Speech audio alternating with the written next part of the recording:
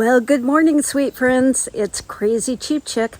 I had to run up to Dillon's today because I needed a green pepper. They didn't have any when I went and did my regular shopping, and I needed some for some chili I'm going to make tonight.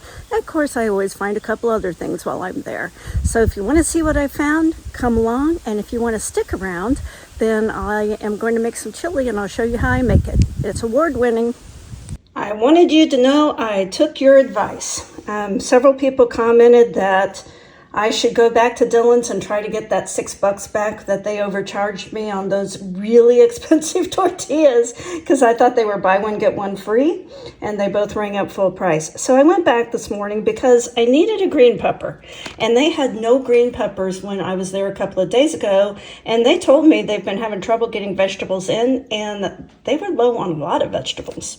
So anyway, I did get my $6 refund, and I just wanted to let you all know. Thank you for mentioning I should do that, and I did it. And I had to grab a couple other things while I was there anyway, getting the green pepper. I went ahead and got some half and half, and they had some 99-cent bag of vegetables. I went ahead and grabbed the zucchini, yellow squash, the petite fingerling potatoes, those are really good, and some cucumbers. I got some sour cream, and I got this veggie tray because I am making chili today, and I love sour cream on chili. We have friends coming for dinner, so I thought, well, I'll just have this veggie tray, some chili, maybe a fruit salad, and some cinnamon rolls. How's that sound to you? I got these two steaks on clearance at Dillon's for $8, and I was going to have steak and baked potato with them, but never got around to it, so I'm going to go ahead and use the steak and the chili. Now, I've had these marinating. I marinated them just in, it's just Worcestershire sauce and a little vinegar, a little rice vinegar. Now, let's cut them up. Since I marinated that steak for about 3 days, it was almost pull-apart tender. And now I'm going to saute it in this pan in some olive oil. So that meat's coming along really well. And now I'm going to go ahead and add in 1 chopped up green pepper and 1 chopped up onion. That looks really good. Now we're going to start adding in tomatoes. I'm going to use 2 cans. I had a can of diced and I had a can of fire roasted. So we're going to add both of those. And we're also going to add, I'm going to put 3 different kinds of beans. So I'm going to do light kidney beans. You can do whatever you want. Some people like to use all the same kind of bean. My grandma used to make the most delicious chili, and she used pork and beans. And I don't know how she made her chili, but boy, was it good. I wish I would have got that recipe before she died. At this stage, most people add water, but I don't. I add beef broth, and that just gives it such a richer flavor. That was about half the box, or 1 can. That looks pretty good, but I think I'm going to add even a little bit more broth because I'm going to have this on the back of the stove most of the day. It's going to cook down. So that's about 3/4 of a box.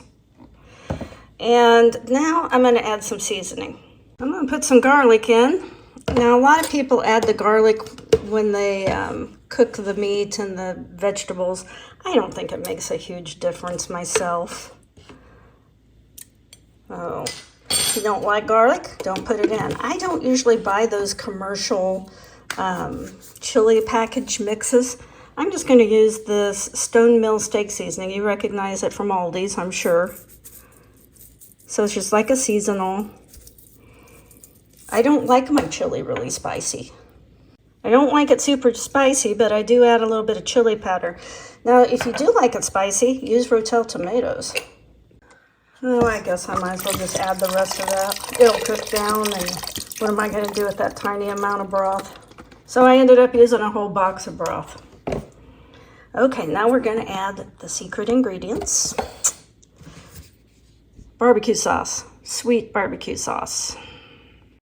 Well, I don't measure it, but I do put quite a bit. Now, I think my grandma used to make hers with tomato juice, but I've never used that. And I'm also going to put some whiskey in it. That's really the secret ingredient. Now, I don't drink very much. drink an occasional glass of wine. I've been told this Elijah Craig is a really good whiskey though. And it kind of burns off, but just gives it a nice mellow flavor. I'm gonna give it a taste, see what I need to add.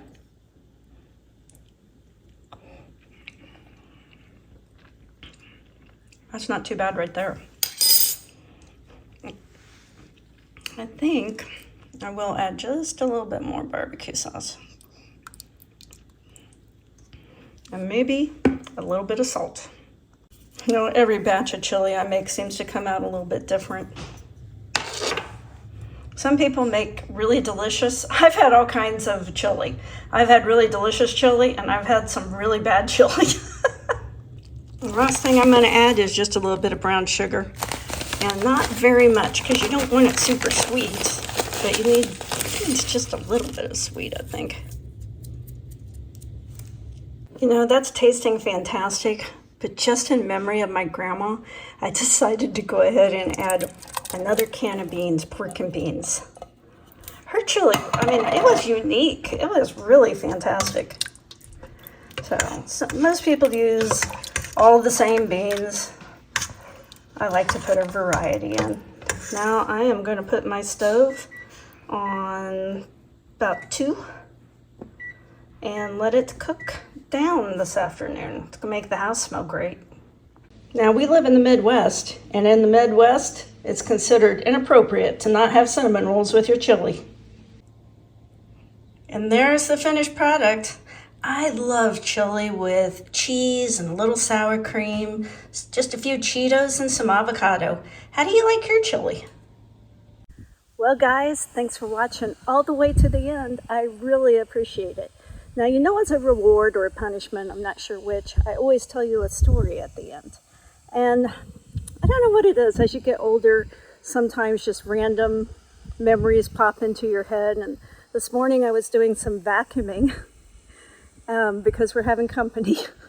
And I remembered this time when my son was about, I don't know, he was probably in his early 20s. He lived in New York and he had a girlfriend that lived in California. And he was coming back here to Kansas to bring her home to meet mom and dad. It was getting kind of serious.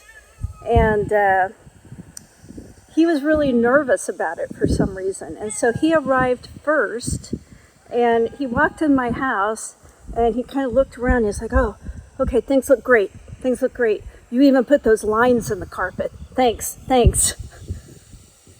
the lines in the carpet, you know, that's just from vacuuming. Do I vacuum so little that people notice when I put lines in the carpet? And so I was thinking that today as I did vacuuming, and it kind of made me laugh thinking back. And they did not end up getting married. He married someone that I like a whole lot better, so I'm happy about that. Anyway, I hope you guys have a great rest of your day, and don't forget to put the lines in the carpet.